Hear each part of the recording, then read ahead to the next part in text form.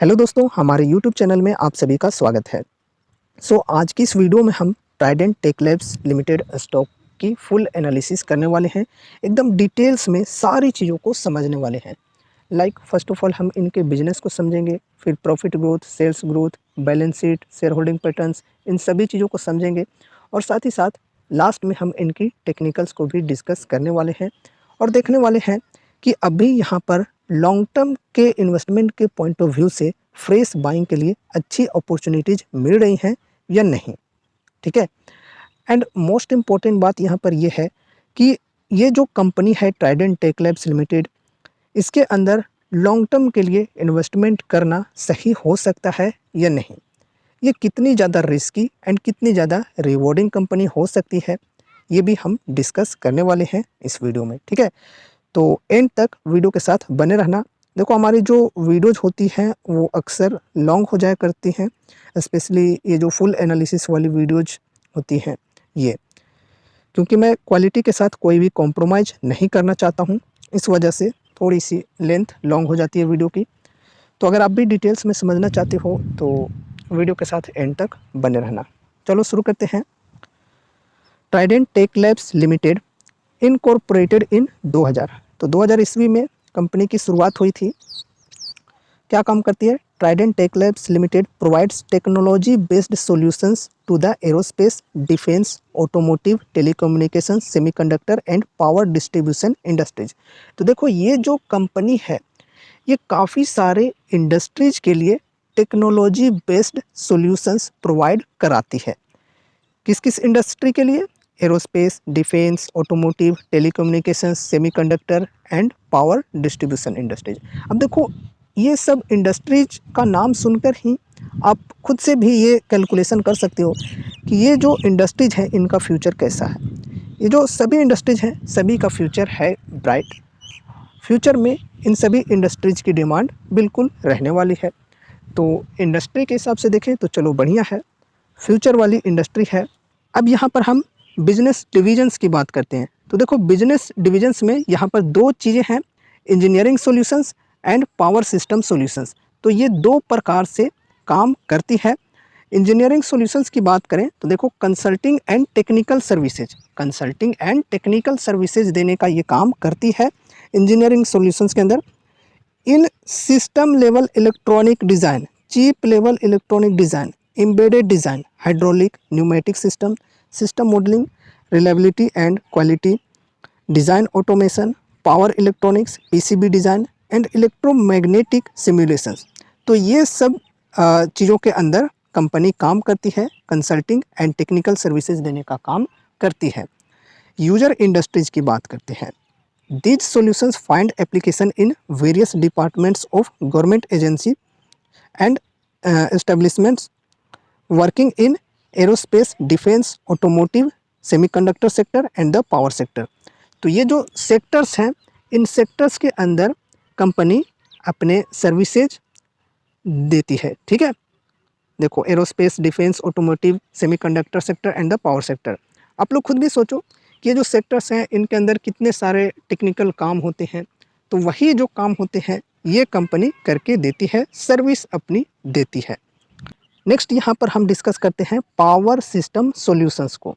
तो देखो, power sector के अंदर भी ये अपने सर्विसेज एंड प्रोडक्ट्स प्रोवाइड कराती है।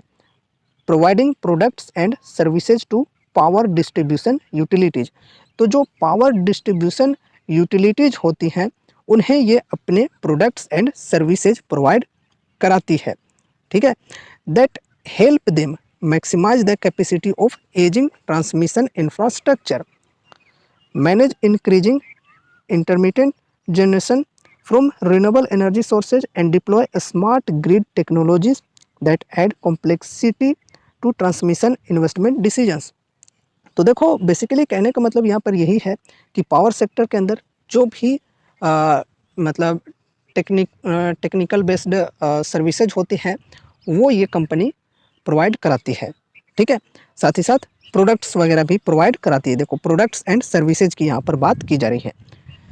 तो यहाँ पर आई थिंक आप लोग समझ चुके होंगे कि कंपनी किस प्रकार से काम करती है। बेसिकली इनका जो काम है ये टेक्नोलॉजी बेस्ड है।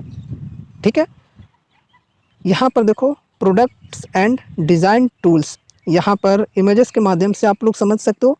इलेक्ट्रॉनिक्स इंजीनियरिंग का भी ये काम करती है, जिसमें आप पावर सेक्टर को ऐड कर सकते हो, अभी हमने जो कि डिस्कस किया। फिर देखो मैकेनिकल इंजीनियरिंग का भी ये काम करती है, ठीक है। नेक्स्ट यहाँ पर देखो reliability and quality solutions provide कराती है, FPGA design and validation, ASIC design and implementation, data analytics and AI. तो देखो डेटा एनालिटिक्स एंड एआई के अंदर भी ये सर्विसेज देती है, काफ़ी बढ़िया बात है। स्ट्रक्चरल एनालिसिस भी करती है, पीसीबी डिज़ाइन टू मैन्युफैक्चर। तो यहाँ पर देखो ये जो कंपनी है ये सेमीकंडक्टर के अंदर भी अपने सर्विसेज वगैरह देने का काम करती है, काफ़ी बढ़िया है। मतलब काफ़ी अलग अलग सेक्टर्स के लिए ये अपने सर्विसेज प्रोवाइड कराती है। अब यहाँ पर हम बात करते हैं रेवेन्यू बाइफरकेशन की। इंजीनियरिंग से देखो 11% इन FY23 वर्सेज 47% इन FY22। तो यहाँ पर FY22 के मुकाबले में इंजीनियरिंग से यहाँ पर इनकी जो रेवेन्यू है ये काफ़ी कम हो गई है, 11% की रेवेन्यू सिर्फ आती है इंजीनियरिंग से, ये FY23 के अकॉर्डिंग बताई जा रही है। पावर सिस्टम से इनकी मेन रेवेन्यू आती है जो कि है 89%। पावर सिस्टम के अंदर जो भी प्रोडक्ट्स एंड सर्विसेज ये कंपनी देने का काम करती है उसके माध्यम से इनकी ज़्यादा रेवेन्यू आती है, ठीक है। इन FY23 53% थी FY22 में, तो काफ़ी अच्छी बात है। चलो ठीक है, पावर सेक्टर की भी डिमांड आगे रहने वाली है। एंड पावर सेक्टर के अंदर ये जो सर्विसेज देती है उनमें आपको मैं एग्जांपल के तौर पे बताना चाहूँगा कि देखो काफ़ी सारे अलग अलग तरीक़ों के माध्यम से पावर जनरेशन किया जाता है, जैसे थर्मल हो गया, रिन्यूएबल विंड एनर्जी हो गया, सोलर एनर्जी हो गया। तो सभी में ये जो कंपनी है ये अलग अलग तरीके से अपने सर्विसेज देने का काम करती है, टेक्नोलॉजी बेस्ड सॉल्यूशंस देने का काम करती है कि कैसे एडवांस तरीके से बिजली का उत्पादन किया जाए। एंड मतलब जो और भी चीज़ें होती हैं कि ज़्यादा से ज़्यादा बिजली कैसे उत्पादन किया जाए अलग अलग टेक्नोलॉजी को यूज करके, वही सब बेसिकली काम होता है, ठीक है। अब यहाँ पर हम इंटरनेशनल प्रेजेंस की बात करते हैं, तो इंटरनेशनल प्रेजेंस भी बढ़िया है। Company currently serves customers across south east Asia, the middle east, China, Bangladesh and Sri Lanka. It intends to deepen its presence in the Middle East and North Africa in the coming days। चलो अच्छी बात है, तो presence भी इनकी ठीक ठाक है। एंड यहाँ पर हम देखते हैं जोग्राफिकल रेवेन्यू बाइफरकेशन। तो देखो इंडिया से 99.5% की रेवेन्यू इनकी आती है, इंडिया के ऊपर इनकी डिपेंडेंसी काफ़ी ज़्यादा है। तो चलो ठीक है, डोमेस्टिकली डिपेंडेंसी या कोई दिक्कत नहीं है, दूसरे कंट्रीज़ के ऊपर डिपेंडेंसी यहाँ पर काफ़ी कम है, ना के बराबर है। आउटसाइड इंडिया देख सकते हो 0.5%। यहाँ पर अगर हम FY22 की बात करें तो 69% थी इंडिया से रेवेन्यू, जो कि FY23 में यहाँ पर 99.5 हो गया। FY22 में यहाँ पर अगर हम आउटसाइड इंडिया की बात करें तो 31% थी, जो कि अब यहाँ पर देखो सिर्फ 0.5% हो गया। अच्छी बात है कि मतलब दूसरे देशों पर निर्भरता कम है, कम नहीं यहाँ पर बहुत कम कहेंगे।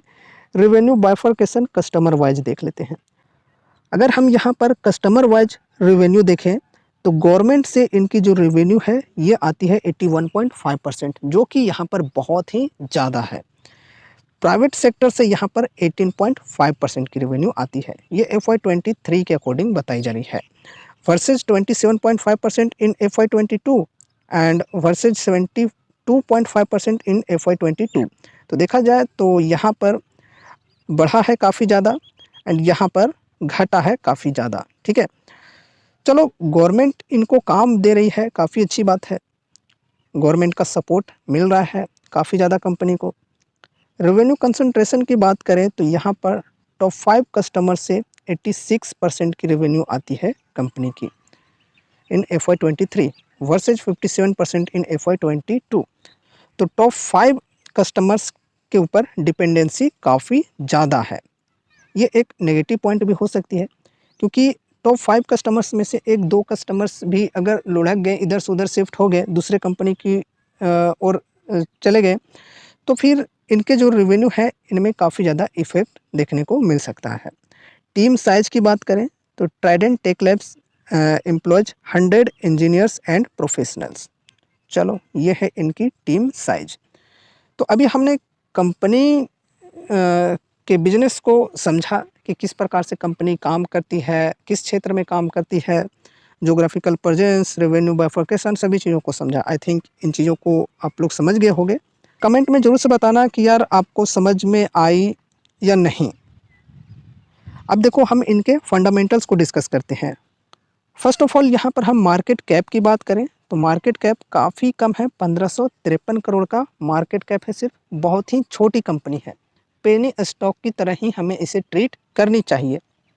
स्टॉक पी की बात करें तो 166 है, इंडस्ट्री पी की बात करें तो 32.9 है। तो देखा जाए तो वैल्यूएशन काफ़ी ज़्यादा एक्सपेंसिव है फिलहाल, है ना। पेग रेशियो की डेटा अवेलेबल नहीं है। आरओसी एंड आरओई की बात करें तो बेहतरीन है, 38.1% और 49.6%। प्रमोटर्स होल्डिंग की बात करें तो बढ़िया है, 68%। प्लेस्ड कुछ भी नहीं है, चलो अच्छी बात है। Current price 898। 52 week high and low की बात करें तो 898 है हाई का लेवल, जो कि आज ही बना है। डेली के डेली इस शेयर के अंदर अपर सर्किट लग रही है 5% की, तो डेली एक न्यू 52 वीक हाई बन रही है, एक न्यू ऑल टाइम हाई बन रही है। तो ये है 898 हाई और 93 है लो। तो सोच सकते हो यहाँ पर एक साल के अंदर इन्वेस्टर्स को कितने बढ़िया रिटर्न्स बने हैं, है ना, मल्टी बैगर रिटर्न्स बना कर दिए हैं।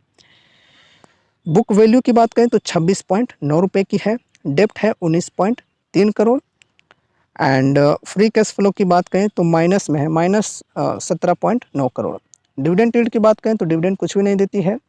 फेस वैल्यू 10 रुपये की, डेप्ट टू इक्विटी 0.41 एंड ईपीएस है 5.42 रुपये की। फंडामेंटल्स देखें तो ठीक ठाक है, बाकी वैल्यूएशन अभी यहाँ पर काफ़ी एक्सपेंसिव हमें देखने को मिल रही है। अगर यहाँ पर हम 5 इयर्स की पी हिस्ट्री देखें तो देखो ये अभी ऑल टाइम हाई पर पहुँची हुई है 5 इयर्स में। वैसे 5 इयर्स हुए नहीं हैं इसे मार्केट में लिस्ट हुए, अभी तो साल भर भी नहीं हुए हैं। लगभग ये दिसंबर 2023 में लिस्ट हुई है मार्केट में। एक एसएमई आईपीओ बनकर आया था बाज़ार में, ठीक है। और यहाँ पर देखो अभी ज़्यादा टाइम भी नहीं हुए हैं, लगभग 6-7 महीने हुए हैं और इन्वेस्टर्स को मल्टी बैगर रिटर्न्स भी बने हैं एंड आईपीओ के टाइम पे लिस्टिंग गेन भी काफ़ी बढ़िया मिला था। अभी देखो यहाँ पर ये ऑल टाइम हाई के पी पर ट्रेड कर रही है, ठीक है। नेक्स्ट यहाँ पर हम प्रॉफिट एंड लॉस स्टेटमेंट्स की बात करते हैं। तो यहाँ पर देखो कंसिस्टेंसी हमें देखने को मिल रही है कंपनी के अंदर। सेल्स की बात करें तो देखो सेल्स यहाँ पर कंटिन्यूसली बढ़ते हुए देखने को मिल रहे हैं, 29.7 करोड़, 67.3 करोड़, फिर 72.6 करोड़, काफ़ी बढ़िया है। उसके बाद यहाँ पर नेट प्रॉफिट की बात करते हैं तो नेट प्रॉफिट के अंदर भी देखो काफ़ी बढ़िया तरीके से बढ़ते हुए हमें देखने को मिल रहे हैं और बढ़िया परसेंटेज में बढ़ रहे हैं। 0.64 करोड़ से 5.55 करोड़ हो गया, फिर 9.37 करोड़ हो गया। तो यहाँ पर हमें कंपनी की सेल्स एंड प्रॉफिट कंसिस्टेंसी के साथ वो भी बढ़िया परसेंटेज में बढ़ते हुए देखने को मिल रहे हैं, जो कि काफ़ी अच्छी बात है। नेक्स्ट यहाँ पर अगर हम देखें compounded sales growth and profit growth company की, तो ये भी हमें ठीक ठाक देखने को मिल रही है। कंपाउंडेड सेल्स ग्रोथ की यहाँ पर अगर हम बात करें तो 3 इयर्स में 37% है। टीटीएम में यहाँ पर हमें कम देखने को मिल रही है 8% की। यहाँ पर अगर हम कंपाउंडेड प्रॉफिट ग्रोथ की बात करें तो 3 इयर्स में 212% है। 3 डिजिट की ग्रोथ है प्रॉफिट के अंदर, काफ़ी बढ़िया बात है। टीटीएम में यहाँ पर देखें तो डबल डिजिट के साथ है, ये भी बढ़िया है, 69%। सिर्फ कंपाउंडेड सेल्स ग्रोथ यहाँ पर टीटीएम में कम देखने को मिल रही है, बाकी यहाँ पर ठीक हैं चीज़ें। स्टॉक प्राइस सीएजीआर की डेटा अवेलेबल नहीं है। रिटर्न ऑन इक्विटी की बात करें तो यहाँ पर ये भी डबल डिजिट के साथ है और बढ़िया परसेंटेज में है, चलो अच्छी बात है। अब यहाँ पर आगे हम बढ़ते हैं इनके बैलेंस शीट की ओर। तो बैलेंस शीट में यहाँ पर अगर हम देखें तो देखो ये जो कंपनी की कैश रिजर्व है ये कंसिस्टेंसी के साथ हमें बढ़ते हुए देखने को मिल रहे हैं।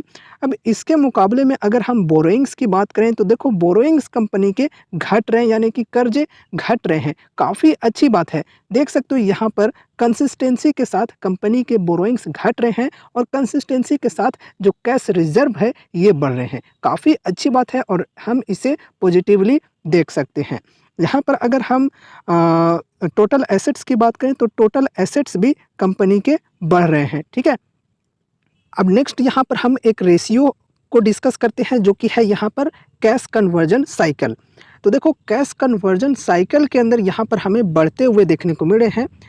ये बढ़ना अच्छा नहीं होता है। यहाँ पर देखो -78 दिन, फिर 148 दिन और फिर अब 202 दिन यहाँ पर बताया जा रहा है। बाकी यहाँ पर देखो रिसेंट की डेटा अभी मौजूद नहीं है मार्च 2024 की, ये मार्च 2023 के अकॉर्डिंग बताई जा रही है। कैश कन्वर्जन साइकिल का मतलब ये आपको मैं ये क्लियर कर देना चाहता हूँ शॉर्ट में। देखो कैश कन्वर्जन साइकिल क्या होता है कि जो कोई कंपनी होती है, जैसे ये कंपनी काम करके देती है, अपने सर्विसेज देती है, टेक्नोलॉजी बेस्ड जो सर्विसेज होती है ये करके देती है। तो उस काम के बदले में जो पैसे मिलते हैं इसे दूसरे एंटिटीज़ के माध्यम से, दूसरे कंपनीज़ के माध्यम से, वो पैसे कितने दिन में मिलते हैं वो यहाँ पर कैश कन्वर्जन साइकिल बताता है। तो ये जो कंपनी है ये अपने सर्विसेज देती है और सर्विसेज के बदले में जो पैसे इनको मिलती है वो पैसे मिलने में इन्हें 202 दिन का टाइम लग जाता है। ये यहाँ पर बताया जा रहा है। ठीक है, पहले यहाँ पर कम था, यहाँ पर देखो माइनस में था, अच्छा बात था यहाँ पर, लेकिन अभी यहाँ पर काफ़ी ज़्यादा बढ़ चुकी है। ठीक है, अब यहाँ पर नेक्स्ट शेयर होल्डिंग पैटर्न की बात करें तो देखो प्रमोटर्स की जो होल्डिंग है ये तो बेहतरीन है, चलो कोई दिक्कत नहीं। एफआईआईज की बात करें तो एफआईआईज के इंटरेस्ट यहाँ पर देखने को मिल रहे हैं, लेकिन देखो यहाँ पर इस क्वार्टर एफआईआईज की जो होल्डिंग है ये काफ़ी ज़्यादा ट्रिम भी हुई है, ये एक नेगेटिव पॉइंट है। यहाँ पर डीआईएच की बात करें तो डीआईएच ने भी अपनी जो होल्डिंग है इसे ट्रिम किए हैं, 7% पर आ गई है, जो कि पहले थी 12.36%, देख सकते हो। यहाँ पर पब्लिक की बात करें तो पब्लिक ने पूरा का पूरा माल खरीदा है, 7.97% से बढ़कर 24.64% की होल्डिंग हो चुकी है पब्लिक की। तो देखा जाए तो ये एक नेगेटिव पॉइंट हो सकती है, लेकिन अभी भी देखें तो डीआईएच की जो होल्डिंग है ये काफ़ी ज़्यादा है। इतनी छोटी कंपनी होने के बावजूद भी एफआईआईज एंड डीआईएच का इंटरेस्ट है इस कंपनी के अंदर, ये एक पॉजिटिव साइन बनता है। ठीक है, बाकी आगे चलकर अगर बहुत ही ज़्यादा ट्रिम होने लगती है तो वो एक नेगेटिव पॉइंट होगी और उससे हमें बचकर रहना होगा। ठीक है, तो अभी हमने काफ़ी सारी चीज़ों को डिस्कस किया, अब यहाँ पर हम इनके टेक्निकल्स के अंदर भी डिस्कस कर लेते हैं। तो जैसा कि आप यहाँ पर देख सकते हो कि अभी जो इनकी प्राइस है ये ऑल टाइम हाई पर पहुँची हुई है और डेली यहाँ पर अपर सर्किट लग रही है स्टॉक के अंदर। ठीक है, तो यहाँ पर देख सकते हो कुछ इस प्रकार से शेयर बढ़ा है और इन्वेस्टर्स को काफ़ी बढ़िया रिटर्न्स मिला है सिर्फ कुछ महीनों में, मल्टी बैगर रिटर्न्स बनाकर कंपनी ने दी है। अब देखो यहाँ पर हम सपोर्ट एंड रेजिस्टेंस के लेवल्स की बात करें तो यहाँ पर देखो सपोर्ट हो जाएगी ये वाली 546 की, फिर यहाँ पर हो जाएगी 448 की एंड यहाँ पर हो जाएगी 387 की। ये लेवल्स को आपको ध्यान में रखना है। बाकी ऊपर में रेजिस्टेंस अभी कुछ भी नहीं है तो कहीं तक भी जा सकती है उड़कर, अभी अपर सर्किट के साथ लगातार शेयर बढ़ रही है। तो अगर कोई लॉन्ग टर्म के इन्वेस्टमेंट के पॉइंट ऑफ व्यू से यहाँ पर देख रहे हैं तो अभी इन्वेस्टमेंट के लिए सही अपॉर्चुनिटी नहीं मिल रही है, वैल्यूएशन भी काफ़ी हाई है, तो यहाँ पर अभी इस प्राइस पर बाइंग करना सही नहीं होगा मेरे ख्याल से। बाकी कोई रिकमेंडेशंस या एडवाइस नहीं है कोई भी बाइंग या फिर सेलिंग करने के लिए। अगर आपकी स्टडी, आपकी रिसर्च कहती है कि यहाँ पर बाइंग कर सकते हैं तो फिर ये आपकी पर्सनल चॉइस है, या फिर आप अपने फाइनेंशियल एडवाइजर से कंसल्ट जरूर से कर सकते हो। ठीक है, यहाँ पर मैं अपनी बताऊँ, अगर मैं होता तो मैं अभी बाइंग नहीं करता, क्योंकि मैं बिना डिस्काउंट के कोई भी स्टॉक के अंदर ऐसे ही इन्वेस्ट नहीं करता हूँ। ठीक है, अच्छी वैल्यूएशन पर ही मैं किसी स्टॉक को बाइंग करता हूँ। एंड यहाँ पर अगर हम देखें तो अभी ये जो स्टॉक है ये लॉन्ग टर्म ASM स्टेज 2 में है, तो यहाँ पर ये एक रेस्ट्रिक्शन है। ठीक है, एंड देखो ये जो कंपनी है ये काफ़ी छोटी कंपनी है, रिस्क तो है ही। यहाँ पर देखो 500 क्वांटिटी का लॉट साइज है, तो आपको एक लॉट खरीदना होगा 500 शेयर का, और इसमें यहाँ पर अभी के प्राइस के अकॉर्डिंग देखें तो देखो लगभग 4.5 लाख रुपए आपको लग जाएंगे। इन्वेस्ट करने के लिए आपके पास इतने पैसे होने चाहिए। ठीक है, तो यहाँ पर इन्वेस्ट करने से पहले आपको खुद से सोचना चाहिए कि क्या इतने अमाउंट लगाकर आप भूलने को तैयार हो, अगर हाँ तो ही यहाँ पर इन्वेस्ट करना, क्योंकि जब आपके पैसे गिरने पे आएंगे ना, यहाँ पे लोअर सर्किट के साथ जब शेयर गिरेगी ना, तो एक झटके में एकदम 20% 50% आपका पैसा साफ हो सकता है। ठीक है, ये चीज़ें आपको सोच समझ कर चलनी है, और लोअर सर्किट के साथ गिरेगी तो फिर आपको बेचने का मौका भी नहीं मिलेगा। ये चीज़ें हैं यहाँ पर। एंड इस प्रकार की जो छोटी-छोटी कंपनी होती हैं, इनके अंदर ऑपरेटर्स का गेम भी काफ़ी ज़्यादा चलता है। बाकी फ्यूचर के हिसाब से हम देखें तो फ्यूचर सेक्टर से बिलॉन्ग करती है कंपनी, सेक्टर फ्यूचर का है। एंड यहाँ पर उस हिसाब से देखें तो बढ़िया है। ठीक है, सेक्टर के अनुसार बढ़िया है। फंडामेंटल्स भी देखें तो फंडामेंटल्स भी बढ़िया है, कंपनी की प्रॉफिट ग्रोथ, सेल्स ग्रोथ, ये सभी चीज़ें हमें ठीक-ठाक देखने को मिल रही है। लेकिन very high risky, very high rewarding type की कंपनी है, तो यहाँ पर सोच समझ कर ही इन्वेस्टमेंट करना चाहिए। यहाँ पर उतने ही अमाउंट लगानी चाहिए जितना कि आप रिस्क लेने को तैयार हो। ठीक है, ये जो कंपनी होती है, ये एक झटके में डूब भी सकती है, या फिर एक झटके में इन्वेस्टर्स को मालामाल भी कर सकती है। तो इसलिए यहाँ पर रिटर्न्स भी बनते हैं तो एकदम ताबड़तोड़ बनते हैं, और नहीं तो सारा का सारा पैसा डूब भी सकता है। ये रिस्क यहाँ पर होता है। ठीक है, चलेगी तो चाँद तक, नहीं तो शाम तक। तो a type of very high risky and very high rewarding company है। और जो भी यहाँ पर रिस्क है कि मतलब लॉन्ग टर्म एसएम स्टेज 2 में है, और यहाँ पर काफ़ी छोटी कंपनी है, या फिर यहाँ पर ऑपरेटर्स का गेम चलता है।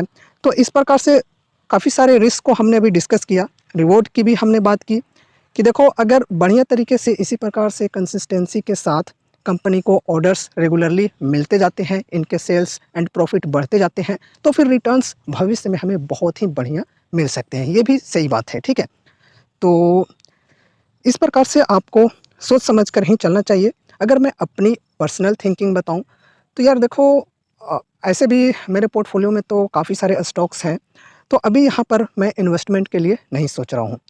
ठीक है, तो यहाँ पर इस हिसाब से आपको सोच समझ कर ही इन्वेस्टमेंट करनी चाहिए। तो ये रही हमारी आज की video, Trident tech labs stock के ऊपर। इस कंपनी के ऊपर काफ़ी टाइम से एक भाई कमेंट कर रहे थे वीडियो बनाने के लिए। उम्मीद है कि अब जो आपकी क्वेरीज थी वो सोल्व हो चुकी होंगी।